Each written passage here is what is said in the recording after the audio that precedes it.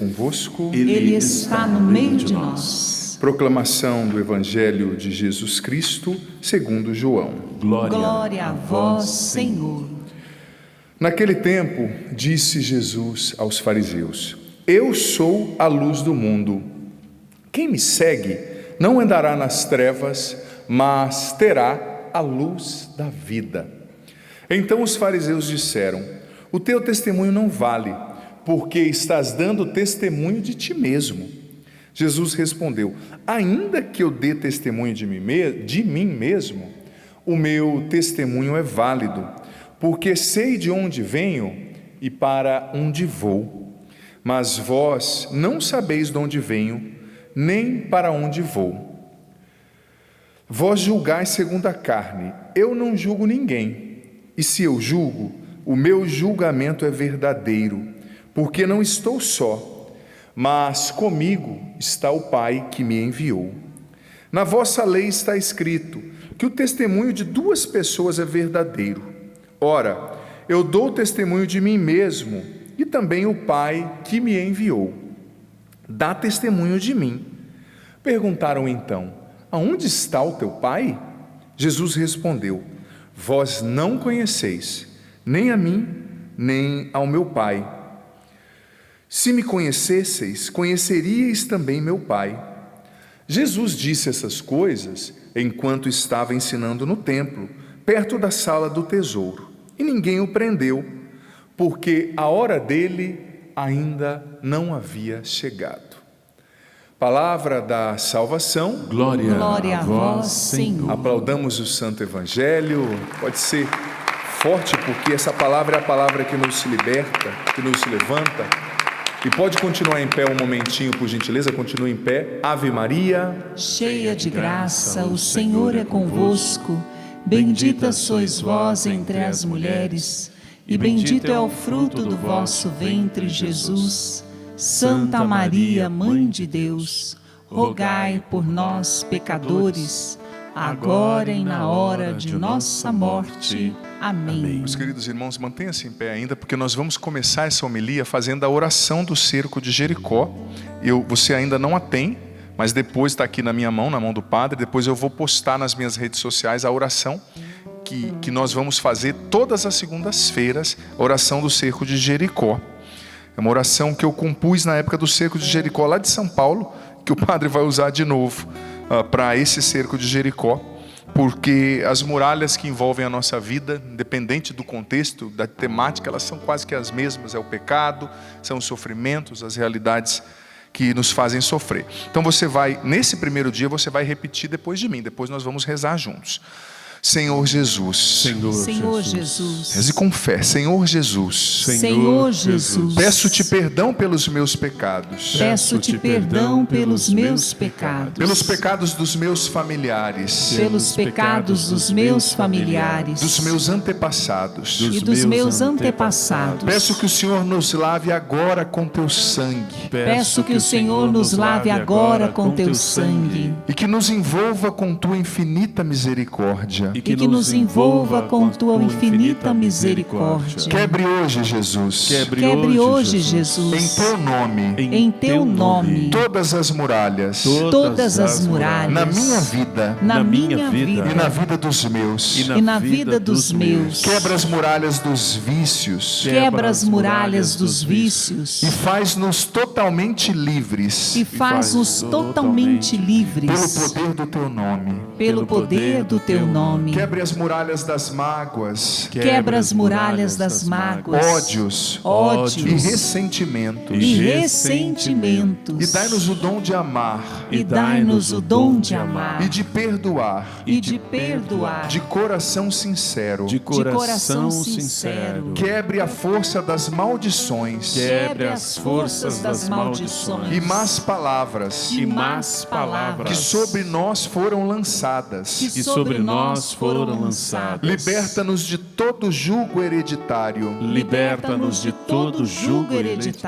pelo poder do teu nome, Jesus, e pela intercessão da Virgem Maria, e de São José, e de São José. Caiam agora Todas as muralhas muralhas em nossa vida financeira e profissional. em nossa vida financeira e profissional. Que sejam derrubadas as muralhas Que sejam derrubadas as muralhas em nossos relacionamentos em nossos e relacionamentos em nossa vida familiar. em nossa vida familiar. Quebra, Senhor, Quebra, Senhor, todas as correntes que que nos aprisionam ao mal, nos aprisionam ao mal, ao pecado ao pecado e aos sofrimentos do passado. e aos sofrimentos do passado. Liberta cada um de nós Liberta cada um de nós e nossos familiares, Senhor, e nossos familiares, Senhor, e reine sempre e reine sempre sobre a nossa história, sobre a nossa história, nossa mente nossa mente e nosso coração. em nosso coração. Amém. Amém. E nos sentando, professemos juntos a nossa fé.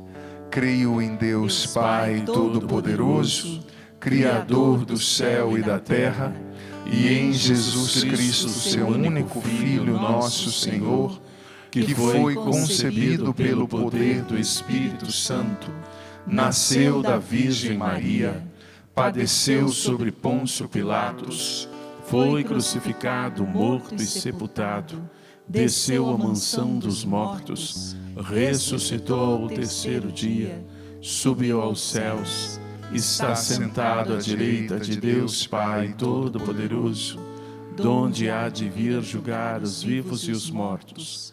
Creio no Espírito Santo, na Santa Igreja Católica, na comunhão dos santos, na remissão dos pecados, na ressurreição da carne, na vida eterna. Amém. Meus queridos irmãos e irmãs, sentados como estamos, que bom já começarmos rezando a oração do Cerco de Jericó. Vamos fazê-la todas as segundas-feiras nesse Cerco de Jericó, pois, como eu disse, o padre vai disponibilizá-la. Agora veja bem, nós estamos aqui na segunda tarde do Cerco de Jericó, na segunda semana, melhor dizendo, segunda missa, rezando pela libertação das nossas famílias.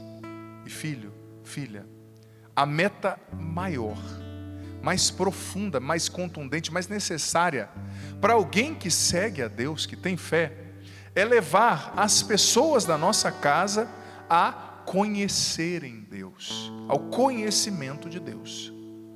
Mas, para levar as pessoas a conhecerem Deus, nós precisamos fazer uma experiência de a cada dia, conhecê-lo mais e mais. Você conhece Deus do ponto de vista bíblico? Porque veja bem, o verbo conhecer ou com o prefixo reconhecer no português não traz a profundidade do que o conhecer significava na Bíblia. Tanto que quando o anjo apareceu a Maria e disse: olha, você vai ficar grávida, ela disse: eu não conheço o homem. Você já entendeu o que esse conhecimento ali significava, né? Era tão profundo o conhecimento na Bíblia que significava até a relação sexual, a relação íntima.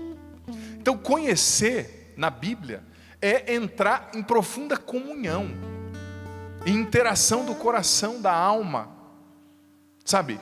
Então nós precisamos cada vez mais conhecer a Deus. Conhecer a Deus. E conhecendo a Deus, nós precisamos levar a nossa família a conhecê-lo. E por que o padre começou falando sobre isso? Veja bem, nós ouvimos no evangelho de hoje, está em João no capítulo 8, do 12 a 20, que os fariseus estavam discutindo com Jesus.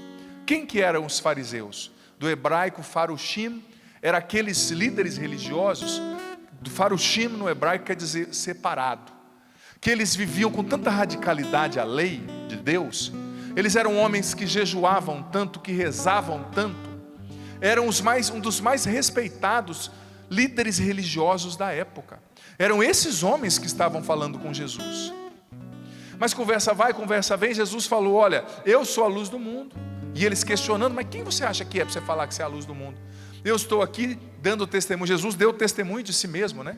E na lei judaica, o testemunho era válido só se duas pessoas falassem a mesma coisa. Então, para o judeu, se eu chegasse falando: olha, eu sou muito bom, não valia. Tinha que ser outra pessoa. Não, ele é bom mesmo naquilo. Não, ele está certo naquilo lá. Não, ele não pecou daquela forma. Então, Jesus chegou dando testemunho de si mesmo. Eu sou a luz do mundo, quem me segue não andará nas trevas. Aí os fariseus, opa, seu testemunho não é válido, você está falando, você mesmo falando, de você. Aí Jesus disse, não, vocês não entenderam. Eu estou falando, mas o Pai dá testemunho de mim. Então são duas pessoas e duas pessoas divinas, porque Deus Pai me enviou, me fiz homem, eu nasci no seio aqui da Virgem Maria, da minha mãe, e o Pai dá testemunho de mim, porque Ele me enviou.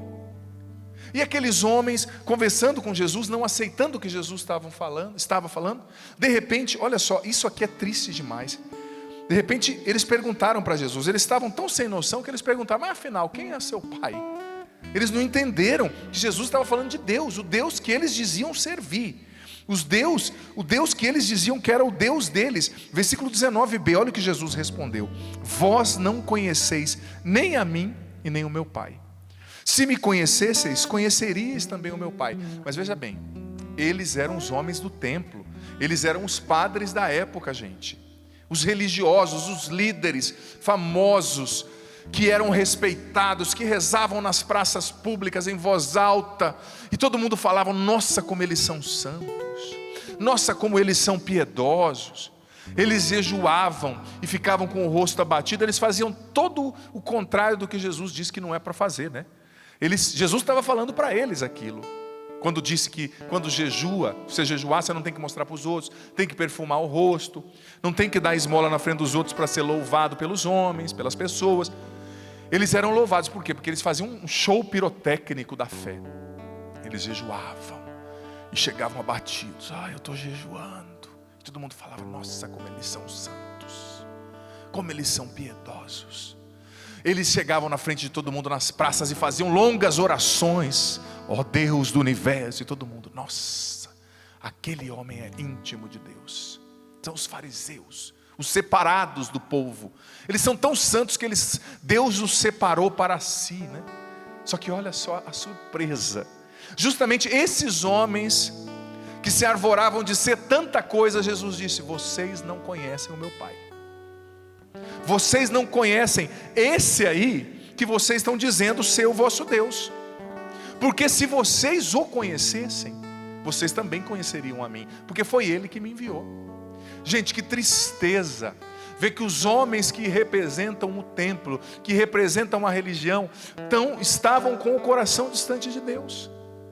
E isso, veja bem, filho, filha, você aqui, você em casa, pode acontecer comigo e com você também. Pode acontecer que eu, usando todas essas roupas bonitas aqui, depois de ter estudado muito para ser padre, a gente estuda quase igual um médico para ser padre, é tanta coisa, é faculdade, é isso, é aquilo, é língua. Pode ser que depois de tudo isso, se eu não me converter e não levar a sério a minha busca de Deus, se eu não levar a sério, pode ser que eu chegue lá no final da vida, quando eu partir desse mundo e Deus me fale, olha, muito bonitas suas roupas, você falava muito bonito nas segundas à tarde, né, com a voz assim impostada, mas eu não te conheço. Eu não te conheço. E muitos de nós podemos ouvir isso de Deus se nós não formos sinceros diante de Deus. A palavra sincero vem do latim sincera, né? Sem máscara. Se eu e você não rasgarmos o coração e não as vestes, como diz a palavra, Deus vai dizer isso aqui para nós, olha, você nunca me conheceu. Porque os judeus, quando eles queriam mostrar a penitência na época de Jesus, eles rasgavam as vestes, jogavam cinza na cabeça, era algo bonito, um sinal de penitência. Mas Jesus disse, não é só rasgar as vestes, é rasgar o coração, é buscar a conversão com sinceridade. Porque quem não busca a conversão com sinceridade, não ama a Deus, não conhece a Deus. E tem muita gente dentro da igreja, a pessoa é tão piedosa, mas o tanto que ela tem de piedosa, ela tem de cavalice. Trata mal a esposa, trata mal o filho, ele reza tanto que ele foi tão iluminado na oração que ele chega e age igual um jumento com o filho, né? Cadê o fruto da sua oração, né? Coitado do jumento, né? Estou ofendendo em alguns casos o próprio do jumento, porque tem gente que é pior que jumento ainda. Desculpa a sinceridade. Por quê? Porque reza tão bonito, vem aqui na missa das famílias, eu vou lá me abastecer de Deus. Aí chega em casa, briga com todo mundo, xinga, faz uma confusão por causa de nada. Aí a pessoa fala, você se abasteceu do quê, mãe? Qual foi o espírito que você foi buscar lá? Porque não é o santo não, né? Nós precisamos, gente, buscar a conversão com sinceridade. E infelizmente, em muitos círculos religiosos por aí, o que menos a gente ouve falar muitas vezes é sobre a conversão. Se fala sobre a prosperidade, se fala como ganhar muito dinheiro, se fala, vive essa palavra que tudo vai dar certo na sua vida, mas pouca gente está falando da conversão.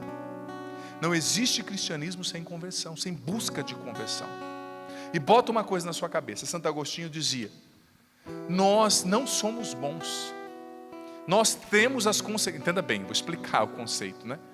Nós não somos puros, perfeitos, anjos, nós somos seres humanos que temos as consequências do pecado original em nós. Nós somos doentes pelo pecado, pelas inclinações que nós trazemos para o pecado dentro de nós, e nós precisamos da cura que é Deus.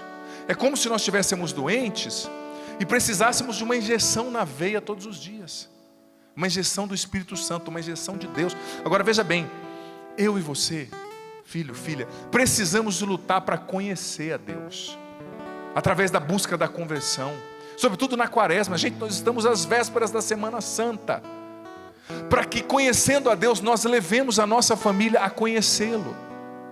O Papa Paulo VI dizia que, São Paulo VI, que as pessoas estão cansadas de mestres, as pessoas querem ver testemunhas, porque mestre tem muita gente por aí, mas testemunhas são poucas, que vivem a conversão, que lutam para se converter. Eu que sou padre, eu não posso me eximir de buscar a conversão, isso é coisa para os fiéis. Não, eu preciso ser o primeiro. Você que é mãe, precisa buscar a sua conversão. Você que é criança, você que é adolescente. O que é conversão, gente? Veja bem, é metanoia do grego, metanoia, quer dizer mudança de mentalidade. É mudar a mentalidade para começar a pensar do jeito de Deus. Porque nós estamos, me perdoe a sinceridade, num mundo depravado, num mundo mau, num mundo que quer destruir a família, num mundo que prega o errado como certo, o certo como errado, a mentira como verdade, a verdade como mentira. Cada vez mais a gente vê isso nas lojas, nas novelas, na internet. É tanta ilusão, é tanta confusão na cabeça dos jovens. A ideologia disso, a ideologia daquilo outro. Então, mais do que nunca, nós precisamos nos converter. Mas veja bem, eu preciso me converter, porque tem gente que acha que se converter é sair brigando com todo mundo. Estuda a Bíblia não para amar mais a Deus, mas para ir lá na missa e brigar com o padre, falar mal do pastor. Está pregando errado. Grande coisa, a sua ciência sem caridade, sem humildade, ela te destrói ao invés de te edificar.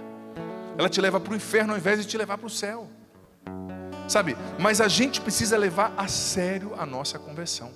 Eu preciso, você precisa. O que é conversão? É buscar conhecer Deus, é buscar pensar do jeito de Deus. E na quaresma, filho, filha, nós temos um caminho de séculos que a igreja nos apresenta.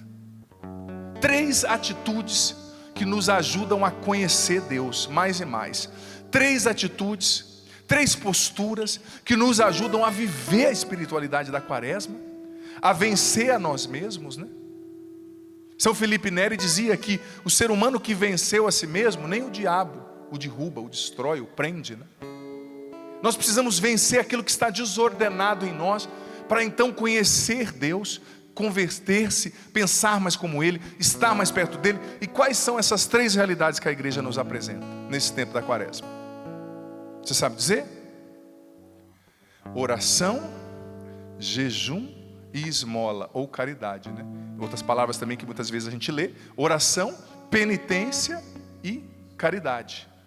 São 3, é como se fosse um banco de 3 pés, né? Um tripé. Essas 3 realidades nos lançam no conhecimento de Deus, nos inserem no conhecimento de Deus, nos levam à conversão, nos purificam do mal. Agora veja bem, é preciso viver essas 3 coisas juntas.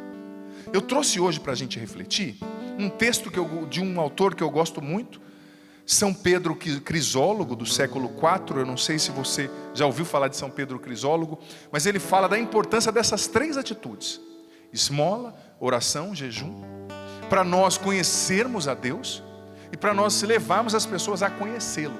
Porque veja bem, essas atitudes nos levam a dar testemunho, a ser testemunha para os nossos, para a nossa família. Veja bem, o que São Pedro Crisólogo disse no Sermo 43, século IV: Há 3 coisas, meus irmãos, 3 coisas que mantêm a fé, dão firmeza à devoção e perseverança à virtude. Presta atenção. São elas a oração, o jejum e a misericórdia ou caridade. O que a oração pede, o jejum alcança e a misericórdia recebe. Olha só o que São Pedro Crisólogo está dizendo. O que a oração pede, eu estou pedindo a Deus, o jejum, a penitência alcança, Deus, alcancei o coração de Deus com o meu pedido, e a caridade, a misericórdia recebe. Quando eu rezo, jejuo e sou caridoso, eu alcanço o que eu peço, porque um alcança de Deus a graça e o outro faz com que Deus dê e eu receba através da minha misericórdia. Oração, misericórdia e jejum, 3 coisas que são uma só e se vivificam reciprocamente. Continua São Pedro Crisólogo. O jejum é a alma da oração, olha só. E a misericórdia, a caridade, dá vida ao jejum. O jejum é a alma da oração. E a misericórdia, a caridade, dá vida ao jejum. Ninguém queira separar essas 3 coisas, pois são inseparáveis. Quem pratica somente uma delas, ou não pratica todas simultaneamente, é como se nada fizesse. Olha só. Se você pratica só a oração, mas sem jejum e sem esmola, é como se você não estivesse fazendo nada. São Pedro Crisólogo é doutor da igreja. Olha o que ele está nos dizendo. Por conseguinte, quem ora também jejue, e quem jejua pratique a misericórdia. Quem deseja ser atendido nas suas orações, atenda às súplicas de quem pede. Olha que forte isso. Quem deseja ser atendido por Deus nas suas orações, atenda os pedidos daqueles que estão pedindo a sua porta.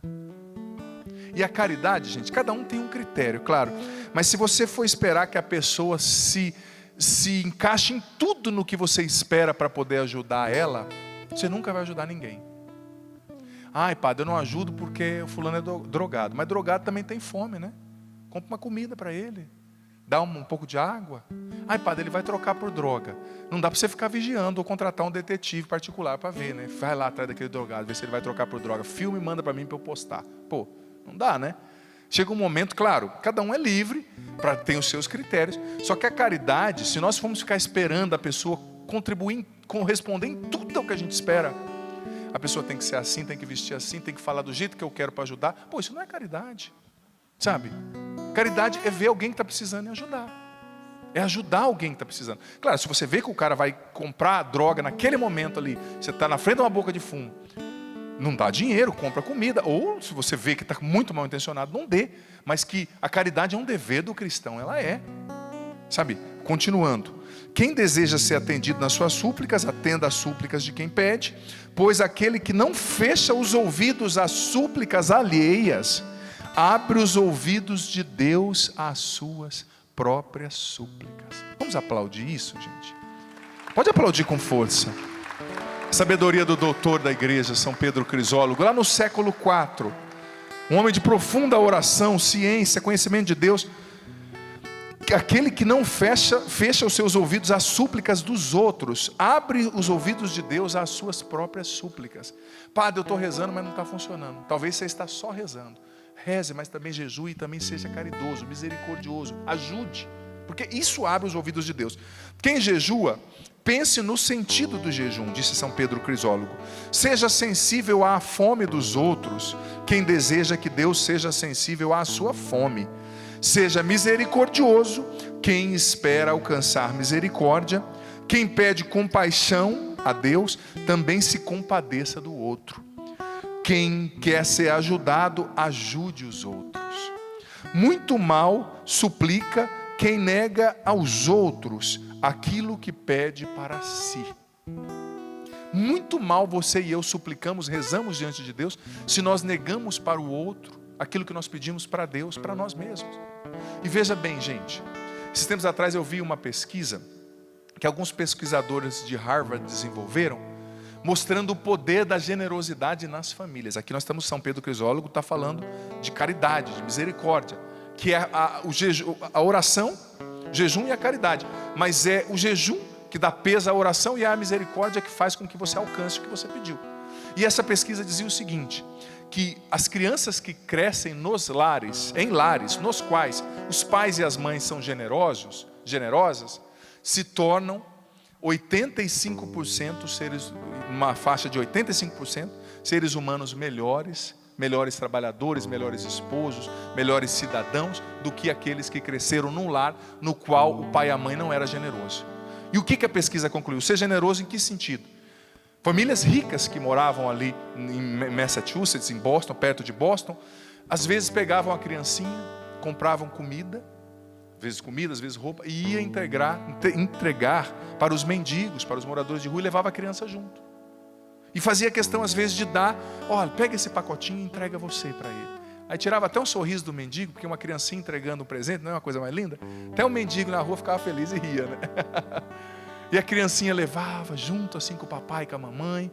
E eles viam, a criança crescia vendo o pai e a mãe exercer a caridade. Crescia vendo o neto ser bom, sabe? Porque, gente, uma das coisas que mais nos faz sofrer é o apego ao que a gente tem. O apego ao dinheiro, o apego. Eu tenho que duplicar meu patrimônio. Eu tenho que deixar o meu filho com metros a mais de cerca, né? Mais patrimônio. E uma das coisas que mais traz alegria para o coração é a generosidade. Todas as vezes que o coração é generoso, e hoje tem uma explicação científica para isso, sabia? Que quando você, é provado cientificamente, que quando você age com generosidade, o seu cérebro produz a endorfina, que é o neurotransmissor do bem-estar, né? Você se sente bem, alivia a tensão, diminui a ansiedade. A generosidade é provado cientificamente que diminui a ansiedade, sabe? Então, essa pesquisa dizia que essas crianças que crescem num lar, vendo a generosidade acontecer, elas são 85% melhores pessoas, melhores seres humanos, sabe?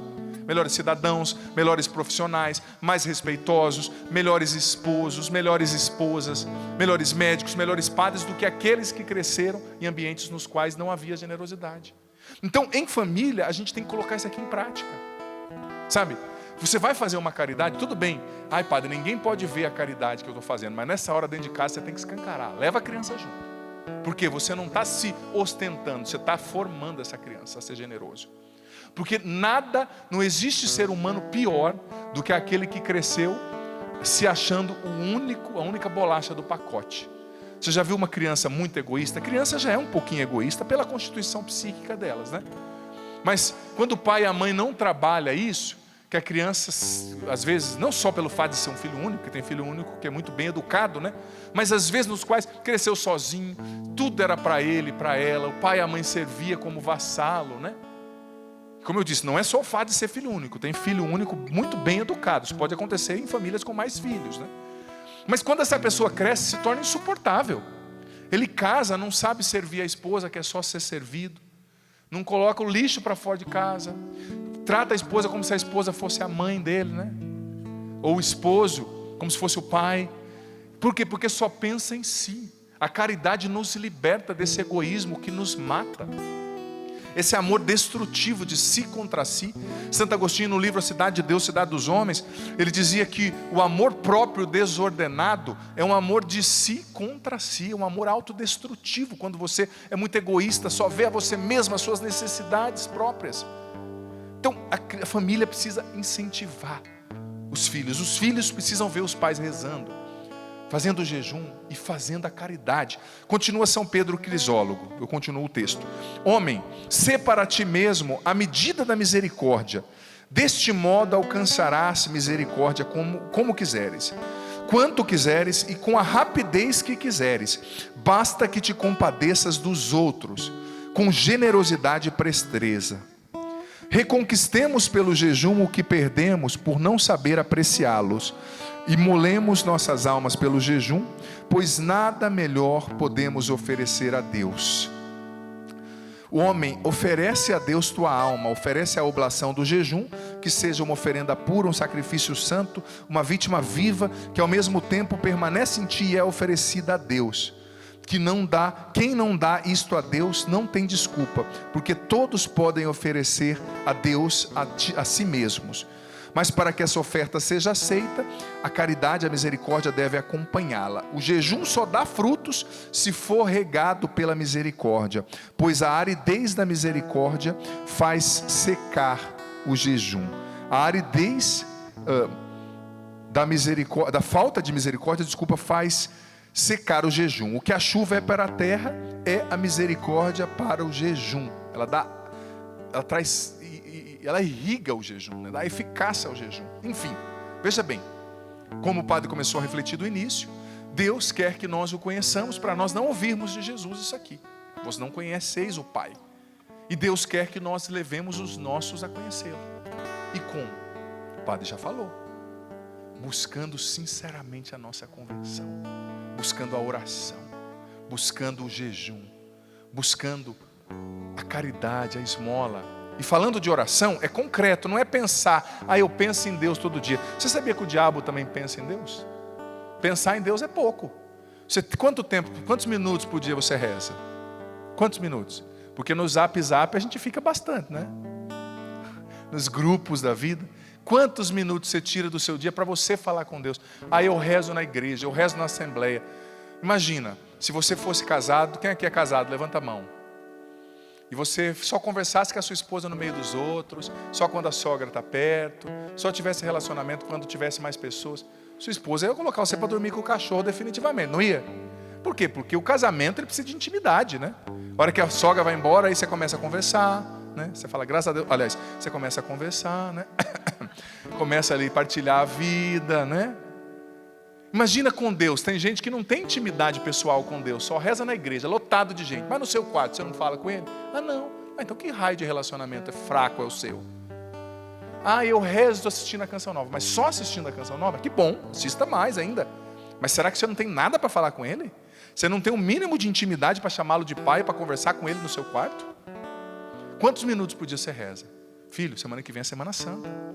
E a partir da Semana Santa é preciso começar a rezar todos os dias e continuar. No mínimo 20 minutos, meia hora, com a Bíblia, rezando o texto ou o rosário, diante do Santíssimo. Se você pudesse ficar meia hora diante do Santíssimo todos os dias, que bênção. E o jejum, é preciso jejuar uma vez por semana. Pelo menos na sexta-feira da paixão a igreja pede, e a quarta-feira de cinzas. O que, do meu ponto de vista, para quem quer ser santo mesmo, você tem que ir além, né? Tem que ir além. Sexta-feira que vem, programe-se para fazer um bom jejum. Gente, não mata, faz muito bem, viu? Para emagrecer, o povo faz 20 horas de jejum intermitente, mas com propósito espiritual, é muito difícil. Muita moleza, isso sim, né? E também a caridade. É tão bonito o que você falou, mas eu não quero que você ache bonito, eu quero que você saia daqui decidido a doar algo para alguém na hora que você for embora. Quem que você vai ajudar nessa Semana Santa? Para quem você vai doar uma cesta básica? Que obra você vai ajudar? A Canção Nova, uma outra obra? Doe, porque São Pedro Crisólogo, eu acabei esquecendo de ler a última frase dele, que é linda também. Ele disse o seguinte, olha só, presta atenção. Tu que jejuas, não esqueça o que fica em jejum o teu campo, se jejua a tua misericórdia. Pelo contrário, a liberalidade, a generosidade da tua misericórdia vai encher de bens os teus celeiros. Portanto, para que não venhas a perder por ter guardado para ti, distribui aos outros, para que venhas a recolher. Dá a ti mesmo, dando aos pobres, porque o que deixares de dar aos outros, também tu não o possuirás. Vamos aplaudir isso mais uma vez? Sabedoria desse doutor da igreja. Vamos ficar em pé. Você pode ficar em pé, com coragem, com disposição para rezar. Eu sei que é segunda-feira, essa hora, mas isso, já tem gente espreguiçando, isso mesmo, espreguiça agora para não dormir na oração. Levanta os seus braços agora com muita força, e nós vamos cantar junto com o Rubens e com a Tânia. Vamos cantar e depois vamos rezar, entregando o nosso coração a Deus. Braços erguidos, com muita coragem. Minha